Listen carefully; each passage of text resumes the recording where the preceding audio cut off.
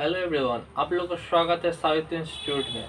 तो आज हम लोग पढ़ेंगे नीर का निर्माण। फिर इनके कवि है हरिवंश राय बच्चन। ओके, चलो शुरू करते हैं। पहले कवि के जीवन परिचय में जान ले।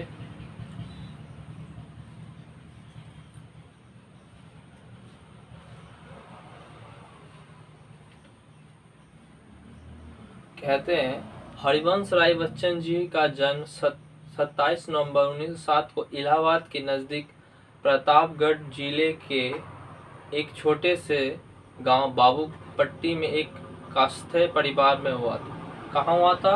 एक छोटे से गांव का नाम बाबूपट्टी। ओके,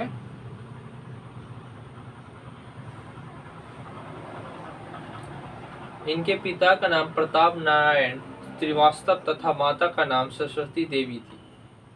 पिता का नाम प्रताप नारायण श्रीवास्तव और माता का नाम सरस्वती देवी।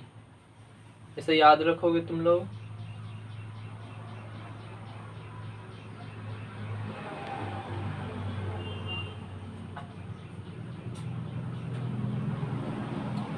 इनको बाल्यकाल में बच्चन कहा जाता, जिसका शाब्दिक अर्थ है बच्चा या संतान होता है। तो इसे इन्हें जब छोटे थे तो इन्हें सब लोग पुकारते थे बच्चन कहकर, जिसका मतलब होता है बच्चा या संतान। इसे अवश्य याद रखोगे तुम लोग।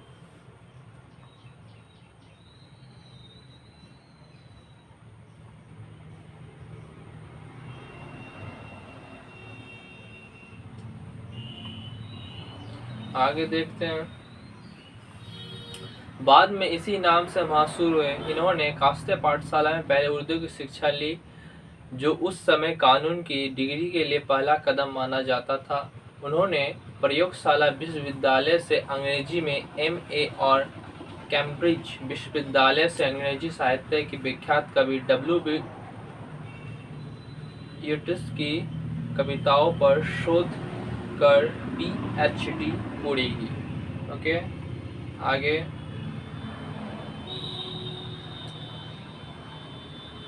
उन्नीस सौ 41 में बच्चन जी ने एक पंजाबी महिला तेजी सूरी से विवाह किया, जो रंगमंच तथा गायक से जुड़ी हुई थी। तो उन्होंने 1941 में विवाह किया। उनकी वाइफ का नाम हुआ तेजी सूरी। इसे याद रखोगे, ये एक पंजाब की महिला है। ठीक है,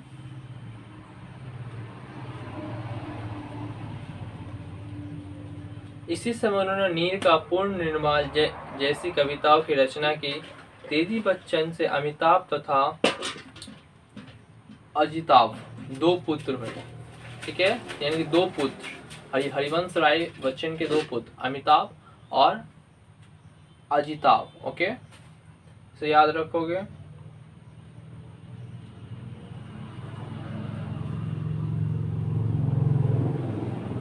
अमिताभ बच्चन एक प्रसिद्ध अभिनेता है। तेजी बच्चन ने हरिवंश राय बच्चन द्वारा शेक्सपियर के अनुदित कई नाटकों में अभिनय भी किया है। बच्चन जी ने इलाहाबाद विश्वविद्यालय में अध्यापक किया और बाद में भारत सरकार के विदेश मंत्रालय में हिंदी विशेषज्ञ रहे। राज्यसभा के मनोनीत सदस्य बने। बच्चन जी हिंदी के सर्वाधिक लोकप्रिय कवियों में अग्रणी है। इनका निधन 18 जनवरी 2003 को मुंबई में हुआ।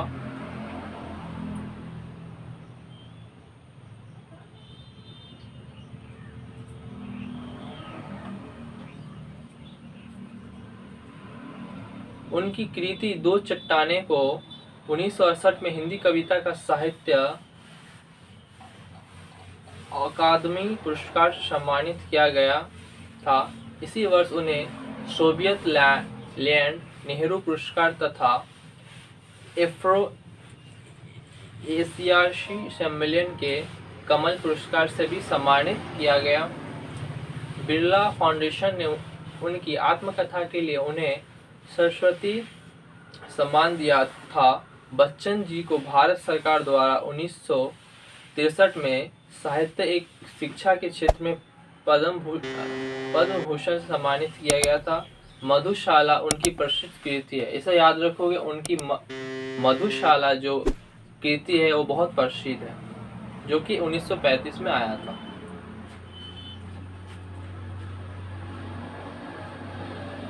ओके, तो हमने जीवन परिचय के बारे में जान लिए।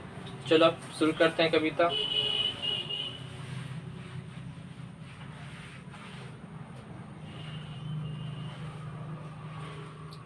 नीर का निर्माण फिर नेह का आहान फिर बह उठी आंधी की नभ में, छा गया सहसा अंधेरा, धूलि धूसर बादलों ने भूमि को इस भांति घेरा, रात सा दिन हो गया फिर रात आई और काली, लग रहा था अब ना होगा इस निशा का फिर सवेरा, रात के उत्पात भय से भीत जन भीत कन कन, किंतु प्राची से उषा की मोहनी मुस्कान फिर नीर का निर्माण फिर नेह का आन फिर। ठीक है, इनमें क्या कहते हैं देख लेते हैं कभी।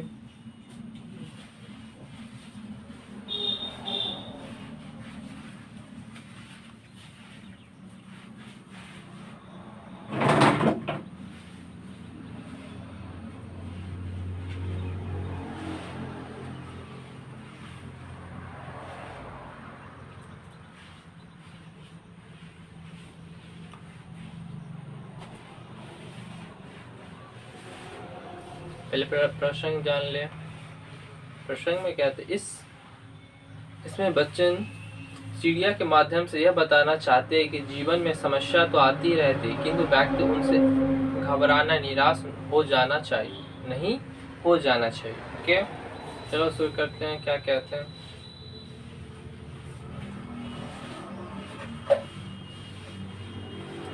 कहते हैं हरिवंश राय बच्चन चिड़िया के माध्यम से व्यक्ति को बताना चाहते हैं कि व्यक्ति रूपी चिड़िया को सदैव अपने जीवन रूपी घोंसले के नव निर्माण में लगे रहना चाहिए। उसे कभी भी अपने जीवन से प्रेम प्यार को अलग नहीं कर देना चाहिए, बल्कि किन्हीं कारणों और मतभेदों से यदि कुटता पैदा होती भी है तो उसे बार बार कुटता को मिटकर स्नेह की स्थापना करनी चाहिए। मान लो उसकी घोंसला टूट गया, क्या वो दोबारा बनाता नहीं है? चिड़िया बनाता है ना। उसी प्रकार हमारे जीवन में दुख कष्ट सब आए तो उसे में उस दुख को लेकर पकड़ के नहीं रखना चाहिए, उससे उबर कर आगे जो आने वाला कल है उसके बारे में हमें सोचना चाहिए। ओके, यही बात कह रहे हैं। ठीक है, आगे कहते हैं कभी कभी जीवन रूपी आकाश में अचानक ही निराश का घनघोर अंधेरा छा जाता है। विभिन्न समस्याओं रूपी धूल से धुंधलाए निराश के बादल पृथ्वी को इस भांति बुरी तरह से घेर लेते कि दिन में ही रात हो जाती है। निराश भय और आकांक्षाओं भरी उस काली रात में व्यक्ति को ऐसा लगता है कि अब फिर से परिस्थिति सामान्य नहीं होगी और निराश के इन बादलों के बीच कभी आशाओं का सवेरा नहीं होगा। मान लो उसके जीवन में दुख आ गया है, वो सोच रहा है बट वो दुख में डूब गया है, बट हम लोग को उससे बाहर निकलना है, तब ना हमको कल क्या होगा उसके बारे में सोच पाएंगे। तो यही कहते हैं वो पूरी तरह से अंधेरा में डूब गया है। व्यक्ति जीवन में आए इन समस्या को रूपी दुष्परिणामों को सोच कर मन ही मन डरता रहता है। उसे अपने चारों ओर भय का ही वातावरण नजर आता है। कवि बच्चन कहते हैं कि इन सबके बीच व्यक्ति यह भूल जाता है कि प्रत्येक रात के बाद पूरब दिशा में उषा अपनी मनमोहक मुस्कान बिखरते अवश्य आती है और यह कर्म निरंतर चलता रहेगा। अतः है व्यक्ति रूपी पक्षी, तुम अपने जीवन रूपी नीर के निर्माण में बार बार लगे रहो और उसमें बार बार स्नेह का रस घोलते रहो। तो क्या कहते हैं, जैसे मान लो आज शाम हुआ तो कल क्या सुबह नहीं होगा ना। तो वही बात कह रहे हैं, जीवन में भले कितना बड़ी घटना घट जाए उससे हमें उभर कर आगे का सोचना चाहिए। ठीक है, यही है। आगे देखते हैं।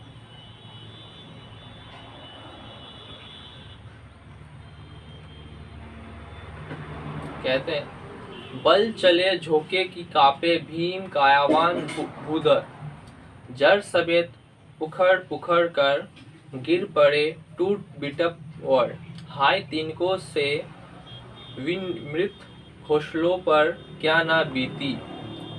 डगमगाए जबकि कंकर ईंट पत्थर के महल पर, बोल आशा के विगम जिस जगह पर तू छिपा था, जो गगन पर चढ़ उठता गर्व से नीज वच फिर नीर का निर्माण फिर नेह का आहान फिर। चलो इन कविता में क्या कहते हैं देख लेते हैं पंक्ति में।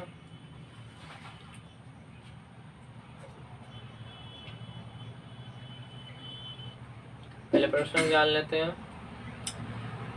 बच्चन यह प्रेरणा देते हैं कि भले ही मुसीबतों का संकट के झोंके चाहे कितना है भी विनाश मचा दे, किंतु व्यक्ति को निराश होकर जीवन में हार मानकर नहीं बैठ जाना चाहिए। कहने के क्या मतलब, मान लो मुसीबत है, संकट है, भले ही कितनी बड़ी आ जाए, तो उसे हम उस संकट उस मुद्दे को पकड़ कर नहीं रखना है, ठीक है, बल्कि उसको उस चीज से निराश होकर नहीं रहना है, हमें उस चीज को छोड़ना पड़ेगा, तब हम लोग आगे के बारे में सोच पाएंगे। ओके, ये कहते हैं। आगे देख लेते हैं। बच्चन कहते हैं कि व्यक्ति रूपी पक्षी जीवन में मुसीबतों और संकटों के झोंके आकर चाहे कितना ही विनाश मचाए, चाहे आशाओं के विशाल आकार वाले पहाड़ जड़ से उखड़कर अस्त व्यस्त हो पृथ्वी पर बिखर जाए, चाहे तुम्हारे विश्वासों के बड़े बड़े पेड़ टूट जाए, मगर तुम्हें घबराना नहीं है। इससे मान लो आंधी तूफान ये सब आता है, सोचो वो लोग पेड़ में अपना घर बना के रहता है, वो लोग का घर टूट जाता है, क्या ये दोबारा बनाता नहीं है? बनाता है। तो इसी तरह हम लोग का जीवन भी है। ओके, आगे देखते हैं। तुम तो जानते हो कि आशाओं का एक एक तिनका जोड़कर बनाया गया इस जीवन रूपी घोंसले को न जाने कितनी आंधी तूफानों से झेलना पड़ता है। सोचो वो पूरा उसका पक्षी का पूरा घोंसला टूट जाता है, वो दोबारा बनाते, एक एक तिनका को जुगाड़ता, एक एक तिनका को जुगाड़ करके फिर दोबारा बनाता है। सोचो वो हार मान जाता है कि हमारा टूट गया तो दोबारा हम घर नहीं बनाएंगे? बनाता है। तो हमें भी भले ही कितनी संकटों आ जाए जीवन में, हमें उससे उभर कर निकलना है। कई बच्चन आपातग्रस्त मनुष्य द्वारा उनके साहस और आशा को संबोधित करते हुए कहते हैं कि मुसीबतों के भूचाल में ईंट पत्थर रूपी विश्वासों के महल डगमगा रहे थे, तब है आशा के पंछी तुम किस कोने में छिपा पड़ा था, तुझे तो मुझे अपने पंखों पर बैठाकर सफलता के आकाश के ऊंचे और ऊंचे उठाना चाहिए था, और फिर उस सफलता पर बार बार अपने सीने को गर्व से उठाना चाहिए था। चल, अभी भी कुछ नहीं हुआ है, तुझे फिर से जीवन रूपी नीर के निर्माण में लग जाना चाहिए और अपने प्रेम प्यार का आह्वान करना चाहिए।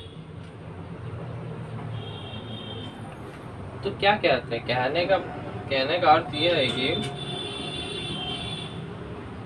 मनुष्य दुख में पड़ा हुआ है, कभी पड़े हुए हैं दुख में, तो कभी उन पक्षी को देखकर हौसला प्राप्त कर रहे हैं, हौसला उस पक्षी को देख रहे हैं कि उसका घोंसला टूट गया, वो एक एक तिनका को जुगाड़ कर दोबारा उस चीज को बना रहा है। तो हमें भी तो उस चीज को देख के कभी का हौसला आ रहा है, कहते हैं वो तुम कहाँ छुपे थे। ठीक है, चलो आगे देखते हैं।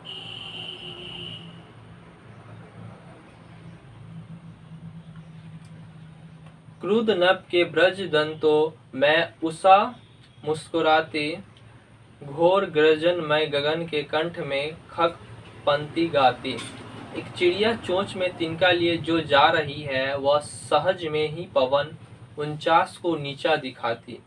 नाश के दुख से कभी दबता ने निर्वाण का सुख, प्रलय की निष्वंता से सृष्टि का नवगान, फिर नीर का निर्वाण, फिर नेह का आह्वान, फिर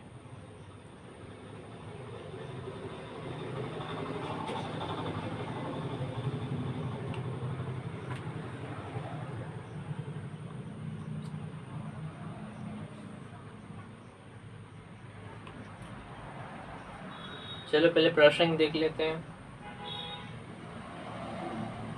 बच्चन जी पक्षी के माध्यम से मनुष्य को यह सतावना देकर निर्माण में जुट जाने का आह्वान किया है कि हर प्रलय के पश्चात नई सृष्टि की रचना अवश्य होती है, कल हमारा दोबारा आता है, यही कहने का मतलब है। चलो देख लेते आगे।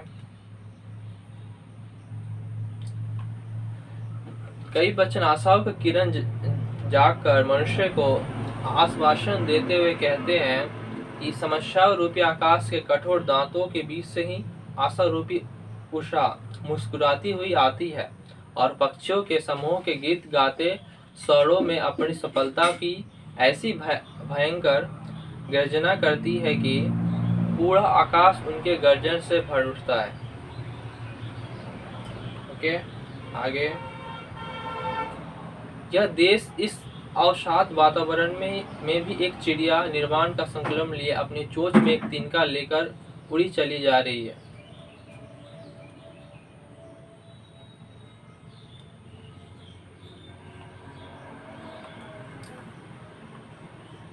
और अपनी उड़ान को कम करने में लगी वायु को वो अपने से उसी प्रकार कमतर सिद्ध करती जा रही है। तुझे भी उस चिड़िया की भांति पवन को पराजित करते हुए अपनी उड़ान जारी रखनी चाहिए। सोचो,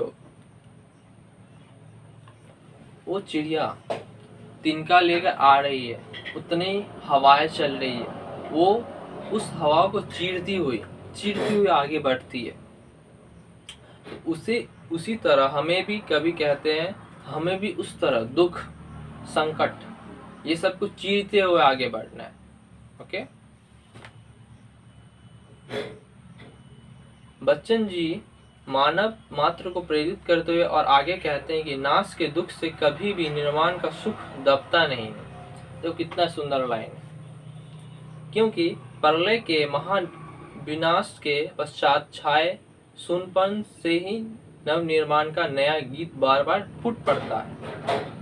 इसलिए हे मनुष्य रूपी पक्षी, तू बार बार अर्थात निरंतर नव निर्माण में लगा रहा और अपने जीवन से प्रेम प्यार की कभी दूर मत होने दे। उस पक्षी को कहते हैं, साथ में हम लोगों को यानी मनुष्य को भी कहते हैं कि भले ही कितनी संकट आए, ठीक है, अपने नव निर्माण में लगा रहना चाहिए और अपने जीवन से प्रेम प्यार का भी उसे दूर नहीं करना चाहिए। ओके।